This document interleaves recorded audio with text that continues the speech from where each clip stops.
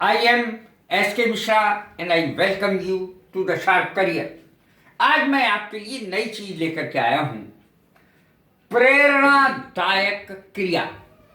प्रेरणादायक क्रिया causative verb, और वो है भी कॉज, CAUSE। लेकिन ध्यान रहे इसके आगे टू लगता है। मेक और कॉज दोनों ही एक सी होती हैं, कॉज, लेकिन मेक के आगे टू नहीं लगता। दोनों ही कॉजेटिव वर्ब हैं, हैव और गेट भी होती हैं, उसका जिक्र बाद में करेंगे और मैं कर भी चुका हूं पहले।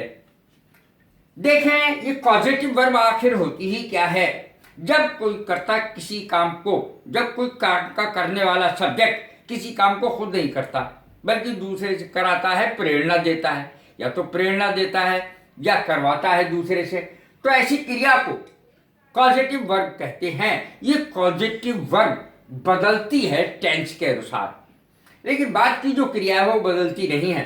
देखें, सबसे पहले सब्जेक्ट, उसके बाद कॉज, जो बदलने वाली क्रिया है, जो मैंने आप बाद में बताया है सारा। ऑब्जेक्ट लगेगा, उसके बाद टू लगेगा और उसके बाद वर्ब की फर्स्ट फॉर्म ही रहेगी, इसमें परिवर्तन नहीं आएगा। बाकी चीजों में परिवर्तन नहीं आता, कॉज में परिवर्तन आएगा, कॉज के टेंस में परिवर्तन आएगा, क्योंकि ये एक कॉजेटिव वर्ब है। अब देखें, हर टेंस में मैंने इसको प्रयोग करके बताया है। सबसे पहले प्रेजेंट इंडेफिनिट में मैंने प्रयोग किया है, क्योंकि प्रेजेंट का सबसे पहला टेंस यही होता है। प्रेजेंट टेंस का सबसे पहला, उस प्रत्येक के चार भाग हैं, जो मैंने चार भाग अलग अलग दिए भी हैं। प्रेजेंट इंडेफिनिट को सबसे पहले देखें। सबसे पहले देखें, ही करता है, he causes the child to weep, वह बच्चे को रुलाता है। रोता नहीं है खुद, रुलाता है। He causes the child to weep.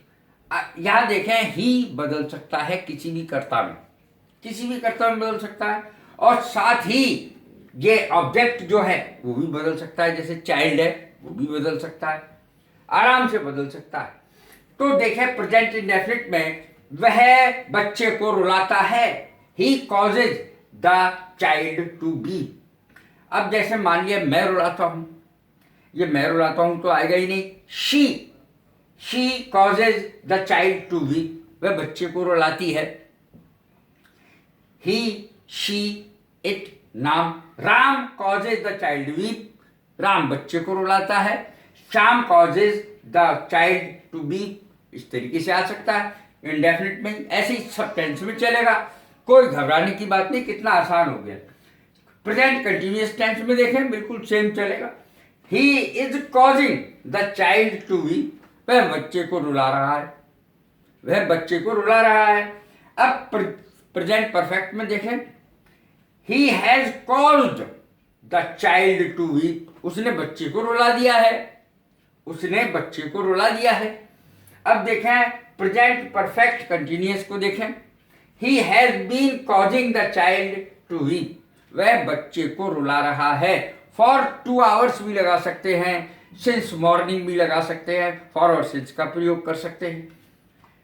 देखें अगला, अब ये तो हो गया प्रेजेंट खत्म।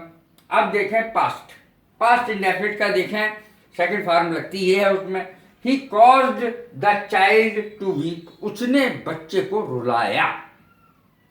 अब देखें पास्ट कंटिन्यूअस, पास्ट कंटिन्यूअस में देखें, he was causing the child to weep, वह बच्चे को रुला रहा था, तो पास्ट कंटिन्यूअस का हो गया ये।